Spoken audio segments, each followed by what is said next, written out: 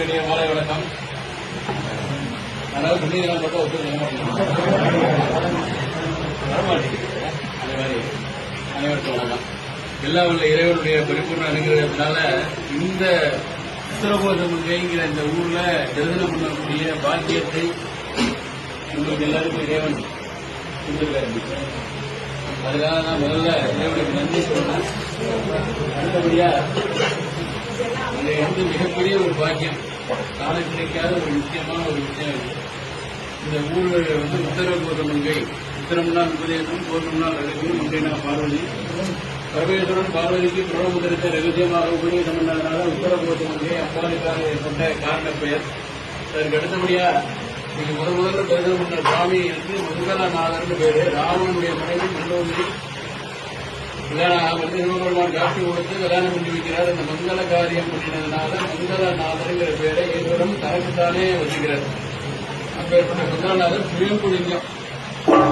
மங்களநாதர் தரிசனம் பண்ணினா மங்கள காரியம் உடனடியாக நடக்கும்னு பார்க்கணும்.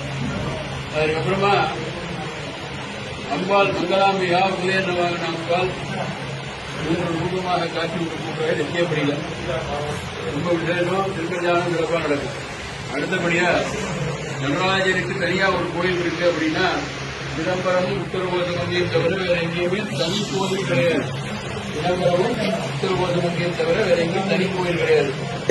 தனி கோயில்னா கர்ப்ப கிரகத்திலிருந்து கொடிமரம் வரைக்கும் இருந்தால் தான் தனி கோயில் இருக்கு.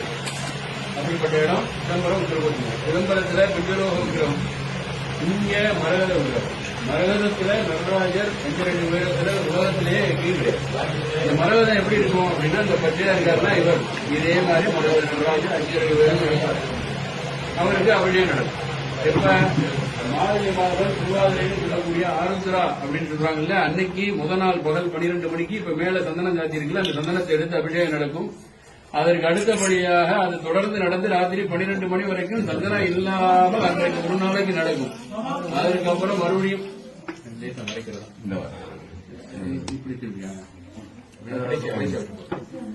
அதனால அதுக்கப்புறமா அந்த சந்தனத்தை எடுத்துட்டு மறுபடியும் வந்து தரிசனம் பண்றதுக்கு ராத்திரி வரைக்கும் அபிஷேகம் பார்க்கலாம். அதுக்கப்புறம் மறுபடியும் புது சந்தனம் சாத்தி தீபாராதனை ஆயிரும் அற்புதய காலத்துல. அதுக்கப்புறம் கதவை பூட்டிடுவோம். அபிஷேகம் கிடையாது, நித்தியப்படி பூஜை மட்டும்தான். அவருக்கு அபிஷேகம் இல்லைங்கிற காரணத்தினாலதான் இந்த மரகத லிங்கத்திற்கும் ஸ்படிக லிங்கத்திற்கும் நித்தியப்படியில அபிஷேகம் நடக்கிறது.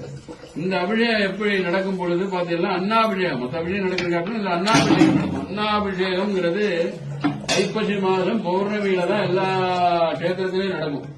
இங்க வந்து நித்தியப்படியே அன்னாபிஷேகம் நடக்கும். இந்த அன்னாபிஷேகம் இவருக்கு செய்யற அன்னாபிஷேகம் சுவாமிக்கு செய்யறதாகவே ஒரு பெரிய சாஸ்திரம். ஏன் அப்படின்னா கைலாய நேரம்னு சொல்லக்கூடியது இந்த நேரம்.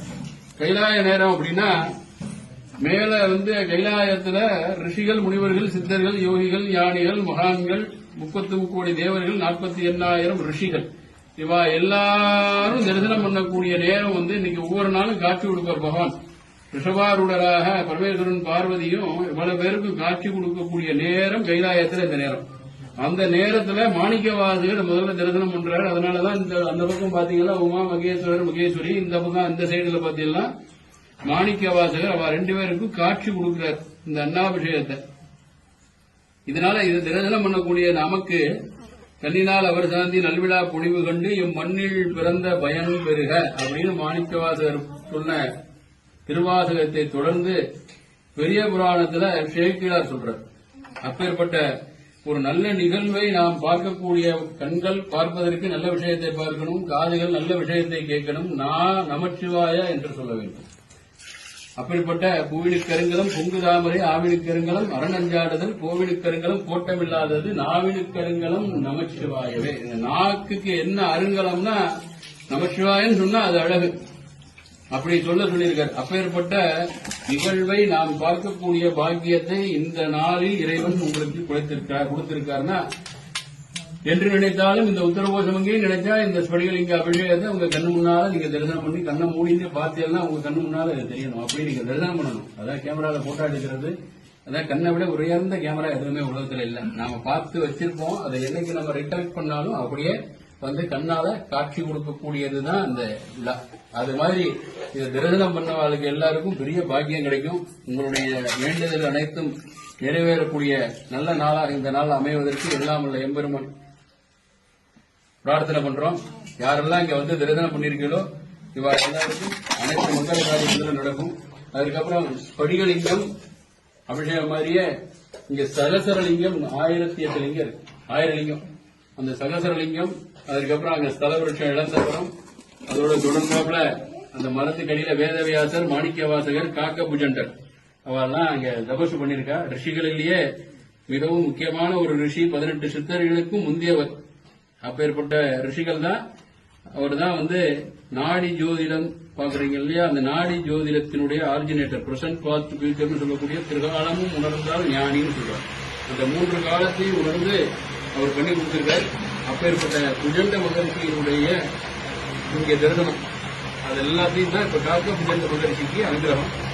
இதெல்லாம் தரிசனம் பண்ணலாம். தாழம்போத உத்தரவோத மங்கையில மட்டும் தரிசனத்துக்கு சுவாமிக்கு வச்சு அர்ச்சனை பண்ணிக்கலாம்.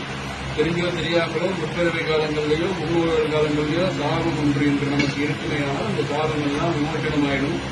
அப்பேற்பட்ட மண் முந்தியோ மங்கை முந்தியோ அப்படின்னு சொல்லி கல்வெட்டுக்களும் கல் தோன்றா மண் தோன்றா காலத்திற்கு முன் தோன்றிய மங்கையும் சொல்லி செப்பேடுகளும் இருக்கக்கூடிய முக்கியமான முதன்மையான சேத்திரம் இந்த எதங்க புராணத்தை சொல்ல ஆரம்பிச்சாலே எல்லாம் முன்னால முதல்லன்னு முதல்ல ஆரம்பிக்கிறது. கோயில் எல்லாம் தான் அவெல்லாம் கட்டியிருக்கா. சுவாமியெல்லாம் யாரும் பண்ணதில்லை.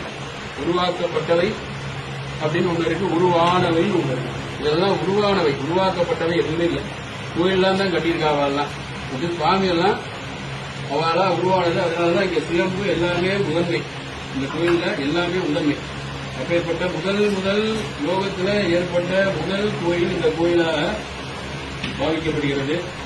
அப்பேற்பட்ட இடம் மண் முந்தியோ மங்கை முந்தியோ அப்படின்னு கல்வெட்டுகளும் கல் தோன்றா மண் தோன்றா காலத்திற்கு முன் தோன்றிய மங்கை அப்படின்னு சொல்லி செப்பேடுகளும் குறிப்பிடக்கூடிய ஒரு இடம் இந்த ஊரு.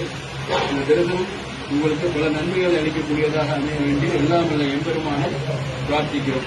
ஸ்ரீகாந்த ஸ்ரீரோபவன்யோதவன சந்தேந்திர நஞ்சாதேக பிராச்சீனம் புறமோகியர்த்திய கருணாலயத்தாத்மம் சர்வாதிகுரும் மனோஜபுஷம் அந்த ஸ்மிதாலங்கிருதம் கிமுத்ராங்கிரமுத்ரபாணிநலினம் சித்தே சிவம் குருமகே குரு பிரம்மா குரு விஷ்ணு குரு தேவோ மகேஸ்வரः குரு சாட்சாத் பரபிரம்மா தஸ்மை ஸ்ரீகுரவே நமः.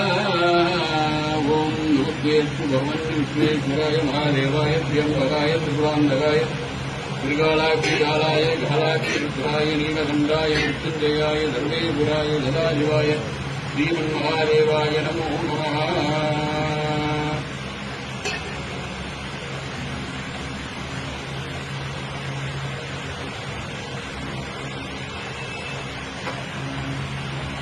त्र्यंबकं यजामहे सुगन्धिं पुष्टिवर्धनं गुरुवार्गविवन्दनामृत्योर्मुक्षीयमामृताहादे. त्र्यंबकं यजामहे सुगन्धिं पुष्टिवर्धनं गुरुवार्गविवन्दनामृत्योर्मुक्षीयमामृताहादे. त्र्यंबकं यजामहे सुगन्धिं पुष्टिवर्धनं गुरुवार्गविवन्दनामृत्योर्मुक्षीयमामृताहादे. त्र्यंबकमुक्तये नमो नमः.